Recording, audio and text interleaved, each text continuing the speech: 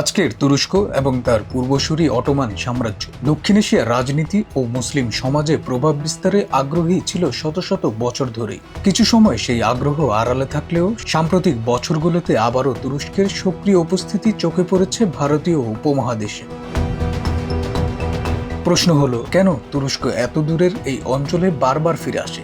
এটা কি শুধু ধর্মীয় আবেগ, নাকি এর পেছনে আছে গভীর বহু রাজনৈতিক হিসাব? এ নিয়ে বিশ্লেষণ করেছে প্রভাবশালী নিউজ ম্যাগাজিন দি ডিপ্লোম্যাট।